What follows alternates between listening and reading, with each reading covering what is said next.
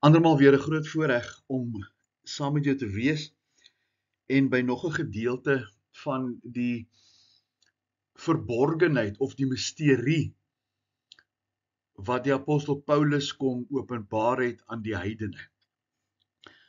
Dit is so 'n interessante tema en dit maak dit so interessant die feit dat as jy die verskil sien tussen die evangelie wat Paulus aangebied het vir die heidene en die evangelie wat die disippels en die Here Jesus op sy aardse bediening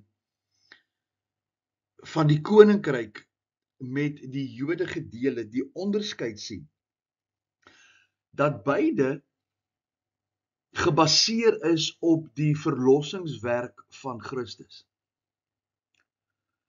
Maar dat daar twee verwagtings is en dat hierdie verborgenheid wat Paulus aan die heidene kom openbaar het, 'n geweldige leesbril kan word om die woord van die waarheid reg te sny. En soos ek al by 'n vorige geleentheid gesê het, baie teksverse selfs in die Nuwe Testament en in die evangelies wat mense mee sukkel en lyk asof die Bybel homself weerspreek en verskillende gewaarwordings by lesers bied, maak dit soveel makliker om die eenvoud van hierdie twee aanbiedings te verstaan, te onderskei, maar ook te verstaan watter dieptes daar is in dit wat Paulus vir ons as nie-Jode kom openbaar het. En wil ek dan vanaand so 'n bietjie verder gaan om met jou te praat oor die apostel Paulus se verborgenheid of die misterie wat aan die heidene geopenbaar is. Die openbaring van 'n geheimenis is seker een van die grootste dinge wat daar kan gebeur, omdat dit nie net iets nuuts bring nie, maar baie onsekerheid en duister wegvat. En dis presies wat gebeur wanneer ons die Bybel lees met hierdie onderskeid van 2 Timoteus 2 vers 15 om die woord van die waarheid reg te sny. Hierdie openbaring van die geheimenis van die evangelie van die genade dispensasie te verstaan. Paulus is baie duidelik dat hy nie sy evangelie van mense gekry het nie. Nie eers van Petrus of van die ander apostels nie. Wanneer jy die Nuwe Testament noukeurig lees, ontdek jy iets radikaals wat die meeste van die Christendom miskyk. En ek in 'n groot mate en 'n groot deel van my kerklike bediening ook misgekyk het.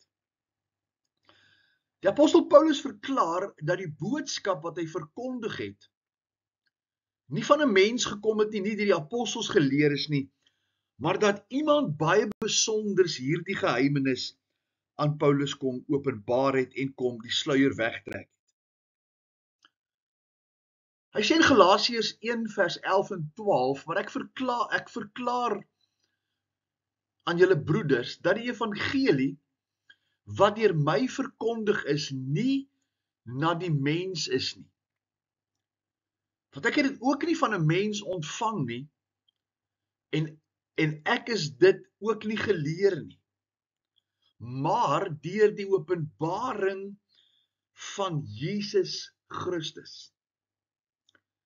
Die woord dan openbaring is dieselfde woord wat Johannes gebruik in die Openbaring boek, wat praat van die onthulling of die wegtrek van 'n sluier.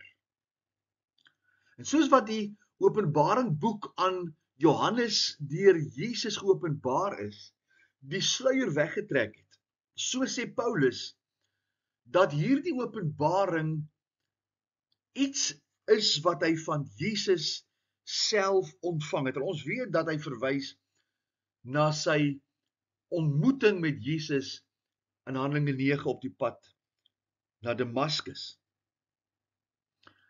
Hierdie stelling alleen behoort ons te laat stilstaan.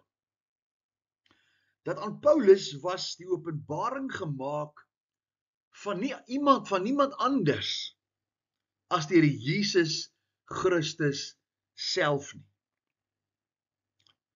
Nou as Paulus nie sy evangelie van Petrus, van Jakobus of van Johannes gekry het nie, waar het dit dan vandaan gekom? Want die openbaring kom van Jesus af. Dit het direk van die opgestane, verheerlikte Here Jesus Christus in die hemel gekom. Nie van Jesus tydens sy aardse bediening aan Israel. Dit is baie belangrik om die verskil te sien.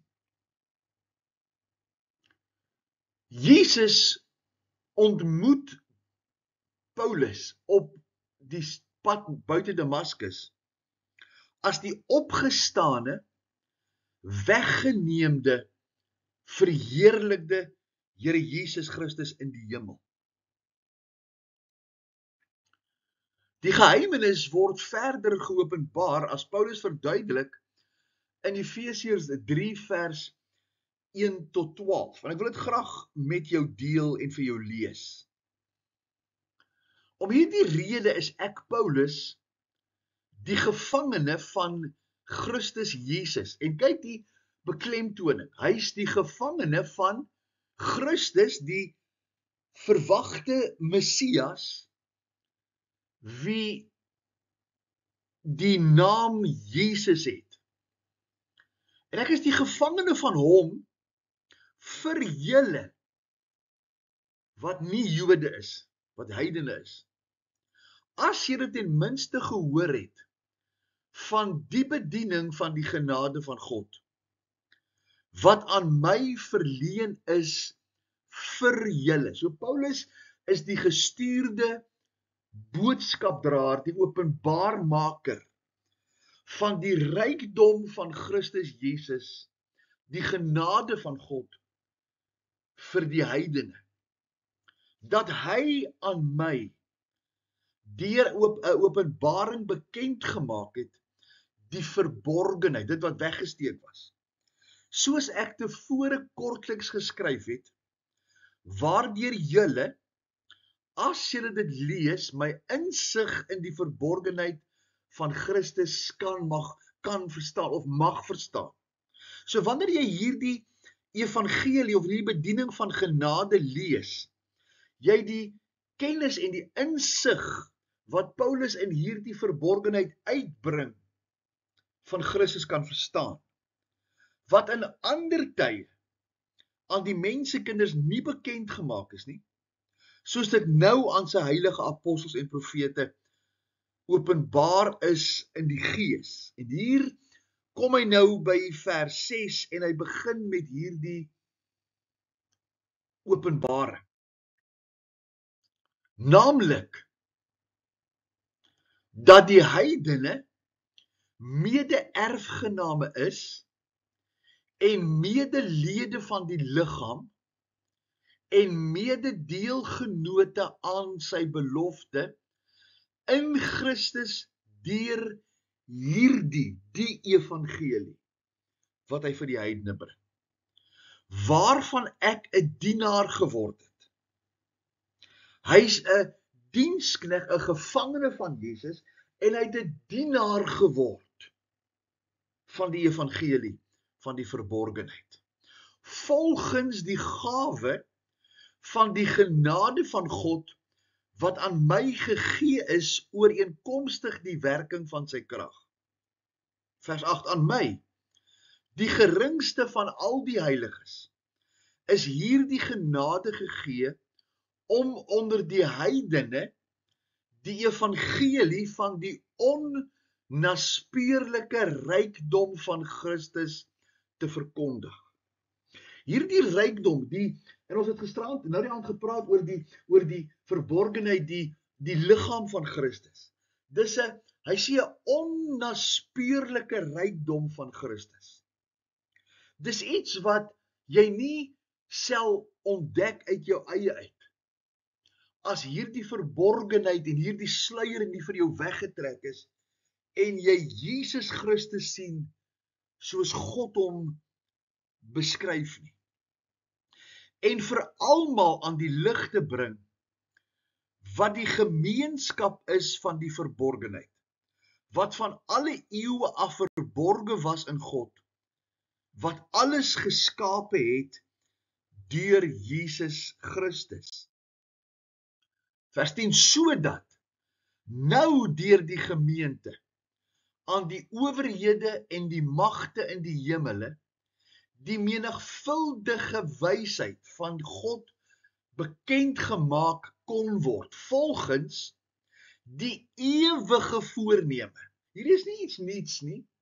Dit was verborge om aan die heidene geopenbaar te word. Wat was die voorneme wat God die Vader opgevat het, toe hy in Christus Jesus, onsse Here, hierdie nuwe saak met Paulus kom deel, in wie ons die vrymoedigheid en die toegang het met vertroue deur die geloof in hom, Jesus Christus, die een wat gesterf het. Twee sake is belangrik om hier onder die oog te neem. Nommer 1, hy sê is deur 'n openbaring het hy aan my die verborgenheid bekend gemaak. Dit was 'n verborgenheid in die duister weggesteek wat in die lig gebring is. Nie iets wat nuut is nou nie, maar iets wat nuut is toe dit geopenbaar is, maar van ewigheid af 'n werklikheid was, maar dat God daaraan 'n tyd vir openbaring geplaas het. Die tweede ding is wat in ander tye aan die mensekinders nie bekend gemaak was nie, maar wat God die streep getrek het, dat hierdie evangelie vir die heidene is, maar ook vir die Jode. As jy nou Efesiërs verlees, dan sal jy sien, hy sê dat die Jood en die heiden mededeelgenote kan hê, dat die skeiding tussen Jood en heiden weg is. Dit was in ander tye, was dit nie bekend nie. Maar nou bied God hierdie uitbreiding. En ons het gisterand gepraat oor die Matteus 15 se hondjies, die heidene wat nou mede-erfgename is. Dis 'n wonderlike openbaarmaking van die grootheid van God in Christus Jesus met die gedagte van die liggaam waarvan hy die hoof is. Hierdie geheimenis is in die Grieks die woord mysterion. En is nie iets spookagtigs of mysteries nie. Die woord wat bedoel word hier is, dit beteken die geheim wat God verborge gehou het, totdat hy dit deur Paulus geopenbaar het. Dis nie 'n spookagtige, mysteriese ding wat hier in die donker skuil en oor jou val nie, maar dit was 'n geopenbaarde geheim wat verborge was, of nie 'n openbare geheim eintlik, wat verborge was, wat nou geopenbaar is. En dis deur Jesus aan Paulus geopenbaar. Dit was verborge wysheid wat Paulus van praat in 1 Korintiërs 2 vers 7 en 8. Maar ons spreek die wysheid van God, wat bestaan in verborgenheid, wat bedek was, en wat God van ewigheid af voorbeskik het, tot ons heerlikheid, die heidene, en die Jode, wat nou in Christus deel kan word van die liggaam. Wat niemand van die heersers van hierdie wêreld geken het nie. Want as hulle dit geken het, sê hulle, as hy Christus sou gesien het soos wat dit was, en hulle sou dit verstaan het, sou hulle die Here van die heerlikheid nie gekruisig het nie. So Jesus, Paulus sê, as die Jode maar net geweet het, hierdie groot saak wat geopenbaar gaan word, sou hulle die Here nie gekruisig het nie. Want hulle sou in afwagting gewag het, dat hulle ook deel kan hê in hierdie in Christus liggaam van Christus heerlikheid. Met ander woorde, as Satan geweet het wat die kruis onder die heidene se misterieprogram sou bereik, sou hy dit nooit ongedaan gelaat het nie. Hy sou nooit toegelaat het dat dit nou maar net gebeur het nie. Hy sou, en ek is seker van, alles in sy vermoë gedoen het om Paulus op die Damaskuspad weg te hou, sodat die onkunde en die sluier kon toebly. Want as die Jode geweet het wat wag, sou hulle Jesus nie gekruisig het. En dieselfde as die Satan geweet het wat die impak van hierdie genade verborgenheidsprogram is, sou hy dit definitief nie net gelos het nie. Hy sou Paulus aangehits het om die destydse kerk te vervolg, aangesien hy die impak van die verborgenheid sou ingesien het. Hulle moes nie hierdie openbaring gekry het nie. Hy sou Paulus aangehits het, hy sê weer, hy sou hom weggehou het van Damaskus af. Om nie in die teenwoordigheid met God te ontmoet nie. Hy sal Paulus gebruik het om die kerk, daardie destydse kerk te vernietig, dat die verborgenheid 'n verborgenheid sou bly. In die Passion of the Christ, die film van so klompie jare terug, was dit vir my indrukwekkend gewees en hoeveel keer die film gewys het hoe die duiwel probeer het om Jesus van die kruis weg te hou. Wat nou, die ouens, ja, onskriftuurlik, hy is nie van die brug af gegooi met 'n ketting om sy nek nie. Maar dit was vir my so indrukwekkend gewees dat derentyd die teenwoordigheid van daai klein mannetjie, die duiwel, en dat hy probeer het om Jesus dan nou in die film dood te maak oor hom oor die brug te gooi. Hy moes net nie by die kruis kom nie. Hy kon op enige manier sterf. Hy moes net nie by die kruis kom nie. Verskillende geleenthede wat ons in daardie boek of in daardie film van Mel Gibson sien. Wat vir my 'n indrukwekkende deel wat so al versteek was. Hoe die duiwel probeer het om Jesus op 'n ander manier dood te maak.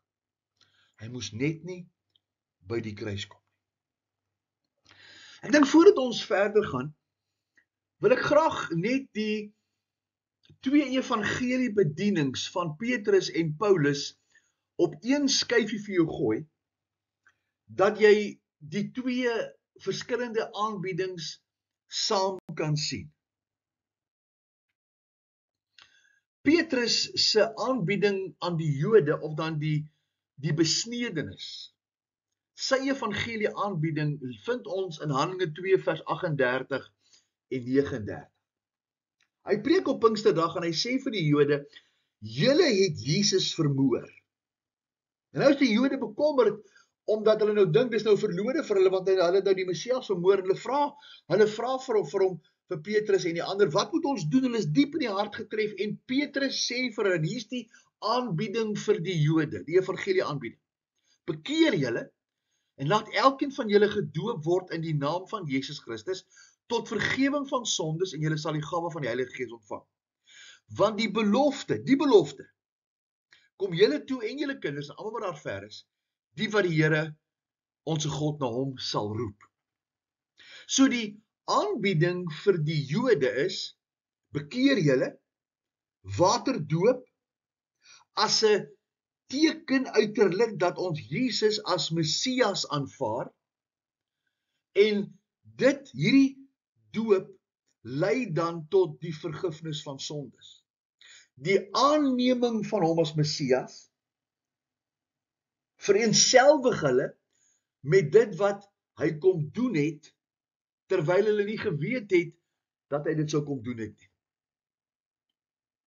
So bekeer julle, laat julle doop tot vergifnis van sondes en julle sal die gawe van die Heilige Gees ontvang. Paulus se aanbieding aan die heidene of die onbesnedenis lees ons in 1 Korintiërs 15. Kyk die aanbieding, hy sê broeders, ek maak julle die evangelie bekend, wat ek aan julle verkondig het, wat julle ook aangeneem het, waarin julle ook staan, waardoor julle ook gered word as julle daaraan vashou op die wyse waarop ek dit verkondig het, of julle moet te vergeefs geglo het. Want in eerste plek het ek aan julle oorgelewer wat ek ook ontvang het. En hierdie ontvang praat hy van, hy het dit by Jesus ontvang op die pad van Damaskus. Dat Christus vir ons sondes gesterf het. Sien, hy gebruik die woord Christus, die Ou Testamentiese Messias. Dat Christus vir ons sondes gesterf het, volgens die skrif. Dat hy begrawe is, en dat hy op die derde dag opgewek is, volgens die skrif. En dat hy aan Cefas, Petrus, verskyn het, daarna aan die 12. So die evangelie aanbieding van Paulus aan die Jode is bekeer julle, laat julle doop, deur Jesus te aanvaar as die Messias, tot vergifnis van sondes, en julle sal die gawe van die Heilige Gees ontvang. Paulus se aanbieding aan die heidene is, glo die evangelie, en die evangelie is, Jesus het in jou plek gesterf, hy is begrawe soos dat jy kan sterwe, hy het opgestaan dat jy in 'n nuwe lewe kan opstaan, en hy soek 'n geleentheid om hierdie evangelie aanbieding, hierdie genade geskenk met jou te deel. En as jy dit aanneem en die evangelie glo wat Paulus vir die heidene bring, wat anders is as die evangelie wat Petrus vir die Jode bring. Maar beide fokus op Jesus, die een wat julle doodgemaak het, die Messias, die Christus. Paulus sê, dat Christus gesterf het vir ons sondes, in ons plek gesterf het, in ons plek begrawe is, in ons plek opgestaan. Sodat ons kan dood sien saam met hom, begrawe saam met hom, Romeine 8:6 vers 4, en opstaan saam met hom, in 'n nuwe lewe. Paulus het geweet, wat Petrus se boodskap was. Voor sy bekering was Saulus van Tarsus, wat later Paulus was, 'n toegewyde fariseer. Hy het die boodskap gehoor wat deur Petrus en die 12 verkondig is, dat Jesus die Christus is, en dat hy die beloofde Messias van Israel is.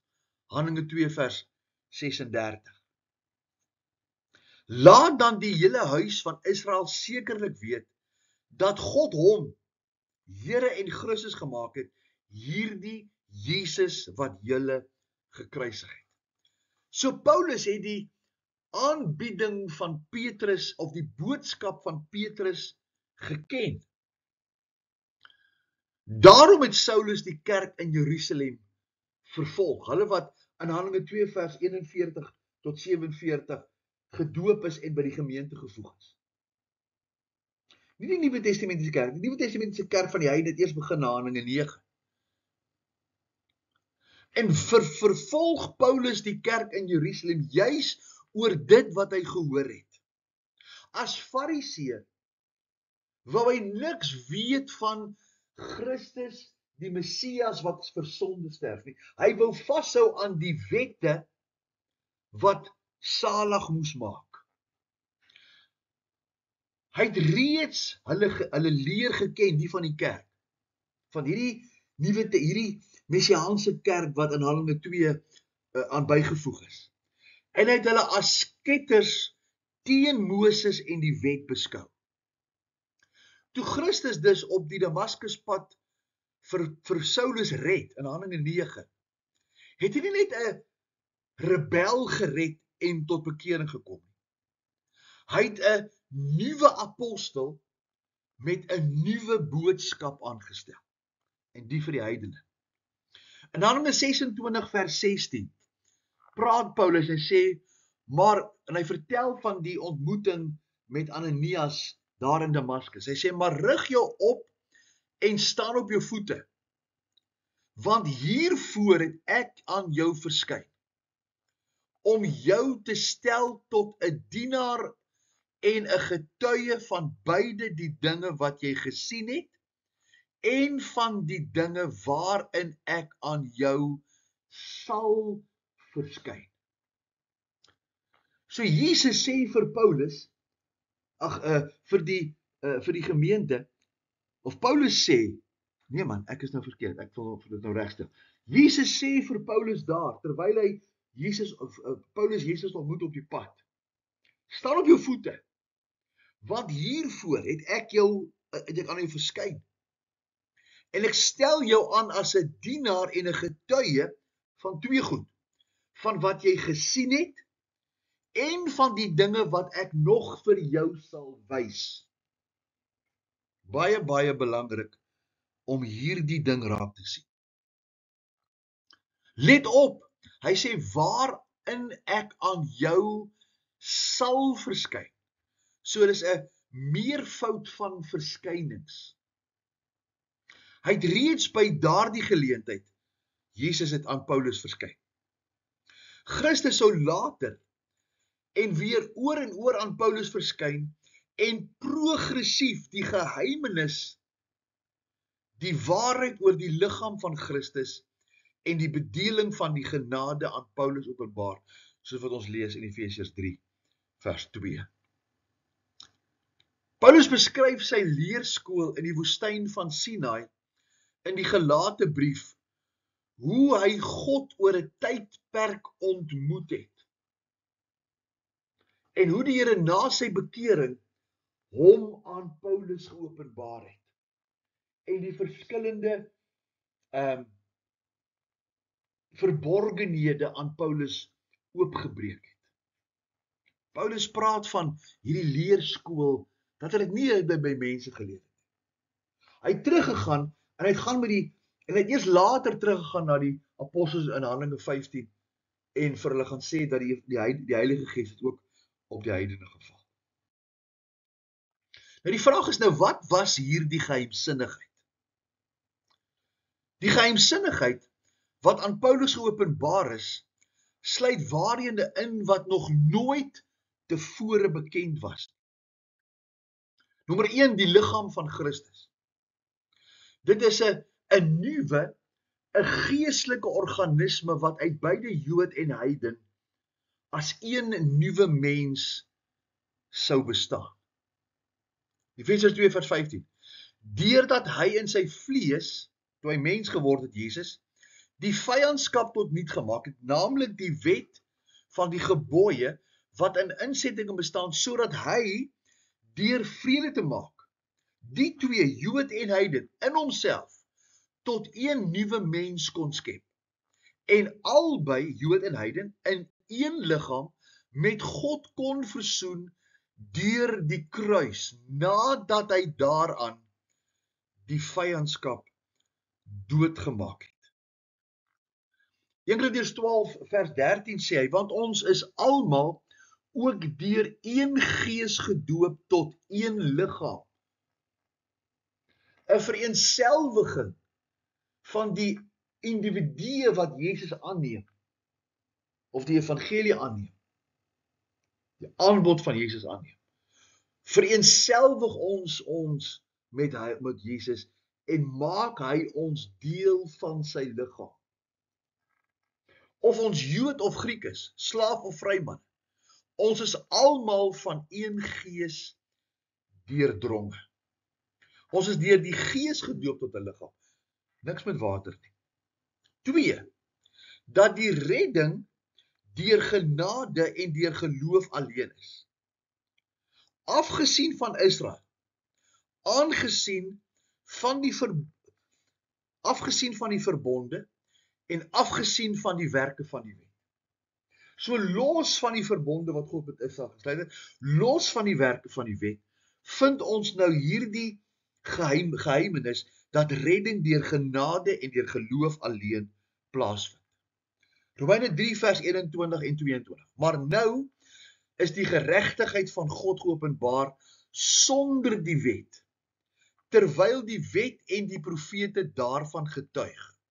Die geregtigheid naamlik van God deur die geloof in Jesus Christus vir almal en oor almal want glo, want daar is geen onderskeid nie.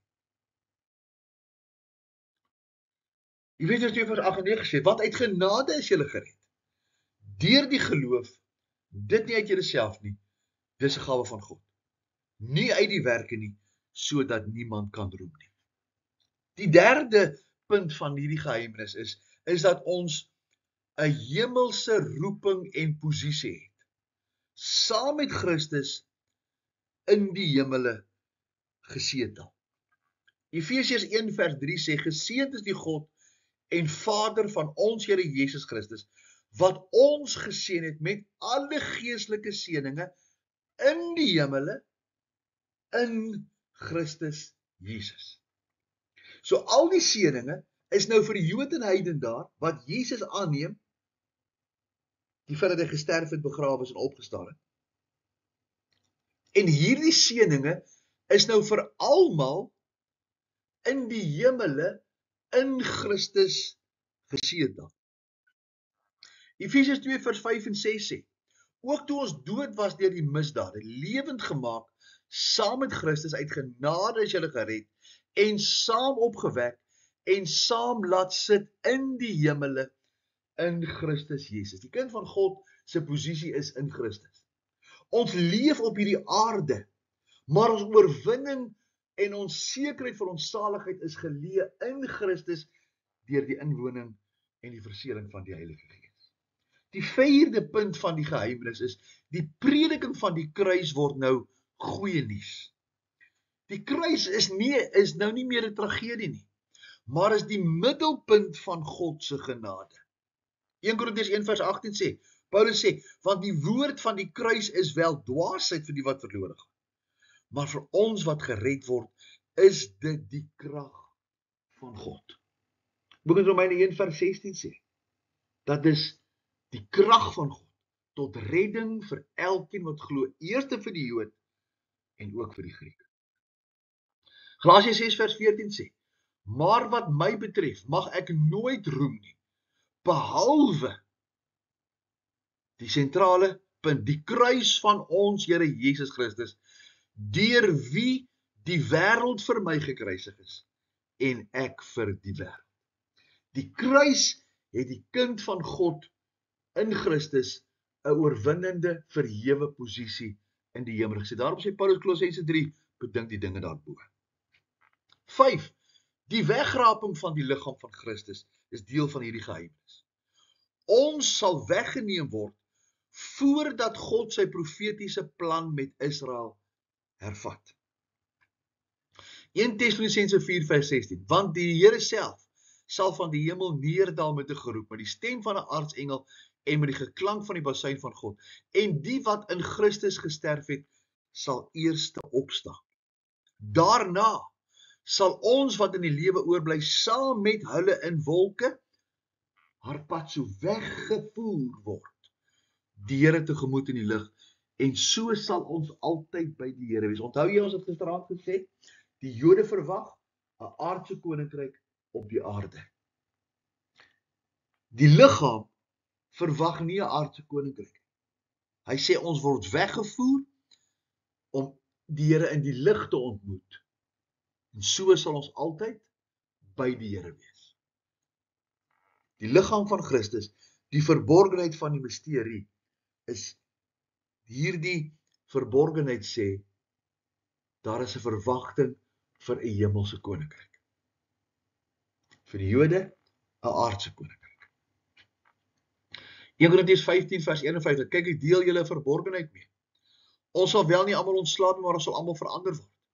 In 'n oomblik, in 'n oogwink by die laaste basuin. Want die basuin sal weer klink en die dode sal onverganklik opgewek word en ons sal verander word. Dit was alles vir die profete verborge. Geen een van hulle het hierdie bedeling van die genade kon sien nie. Efesiërs 3 vers 9 sê, en om vir almal te laat sien wat die gemeenskap van die verborgenheid is, wat van die begin van die wêreld af verborge was. Kom ons kyk vervolgens vinnig na twee programme met twee verskillende apostelskappe. Petrus en die 12 was die apostels vir Israel vir die besnedenis. Paulus is gestuur vir die heidene vir die onbesnedenis. Galasiërs 2 vers 7 en 8. Maar inteendeel, toe hulle sien, Paulus sê, toe Petrus en die apostels sien dat aan my die evangelie van die onbesnedenis toevertrou is, net soos aan Petrus die vir die besnedenis. Want hy wat Petrus bekragtig het, met die oog op die apostelskap vir die besnedenis, het my ook bekragtig met die oog op die heidene. Vers 9. En toe hulle merk die genade wat aan my gegee is, het Jakobus en Sefas, Petrus en Johannes, wat as pilare geag is, aan my en Barabbas die regterhand van gemeenskap gegee, sodat ons na die heidene en hulle na die besnedenis kon gaan. Hulle boodskap was albei van God, maar vir verskillende doeleindes en aan verskillende gehore. Petrus het die evangelie van die koninkryk verkondig, bekering, waterdoop en 'n komende aardse koninkryk wat aan Israel beloof is. Handelinge 3 vers 19. Kom dan tot inkeer en bekeer julle, sodat julle sondes uitgewis kan word en tye van verkoeking voor die aangesig van die Here mag kom. En hy hom mag stuur wat vooraf aan julle verkondig is, naamlik Jesus Christus. Hom wat die hemel moet ontvang, tot op die tye van die wederoprigting van alle dinge, waarvan God van ouds afgespreek het, deur die mond van al sy heilige profete. 'n aardse koninkryk vir Jode in die bedeling van die apostels. Paulus het die evangelie van genade van God verkondig. Verlossing deur die voltooide werk van Jesus aan die kruis, los van Israel se wente en los van Israel se verbonde. Handelinge 20 vers 24. Maar ek bekommer my glad nie, en ek ag my lewe vir myself nie dierbaar nie, sodat ek met blydskap my loopbaan kan volbring, en die bediening wat ek van die Here ontvang het, om kragtig te getuig vir die evangelie van die genade van God. Dit was die midhandelinge dispensasionalisme wat erken moet word. Dit is om te weet dat die kerk waaraan ons behoort, die liggaam van Christus, as ek nou die term kerk kan gebruik, die uitgeroeptes, die eklesia, moet 'n midhandelinge, Handelinge 9, dispensasionalisme erken. Dat die dispensasie van genade begin het met die openbaring aan Paulus en nie op Pinksterdag. Ek maak 'n gevolgtrekking. Wanneer jy Petrus se boodskap aan Israel meng met Paulus se boodskap aan die liggaam van Christus, eindig jy met baie verwarring. Maar wanneer jy die woord van die waarheid regsny, soos 2 Timoteus 2 vers 15 sê, begin die Bybel skielik met perfekte helderheid praat. Die openbaring van die verborgenheid is nie 'n bysaak nie. Dit is die sleutel tot begrip van God se plan vir vandag. Romeine 16 vers 25 sluit ek mee af. Aan hom nou wat magtig is, om julle te versterk volgens my evangelie, sê Paulus, en die prediking van Jesus Christus. Sê hy sê, dis die evangelie wat aan my toevertrou is, maar dis die prediking van Jesus Christus. Ooreenkomstig die openbaring van die verborgenheid, wat van ouds af verswyg is. Paulus kom bied hierdie misterie, hierdie verborgenheid, en hy kom trek hierdie sluier weg, en hy kom bied die diepte en die grootheid en die heerlikheid van God se genade, nou aan Jood en heiden, na Handelinge 9. Ek hoop dat hierdie woord vir jou tot seën sal wees. Die Here seën hierdie woord aan ons harte.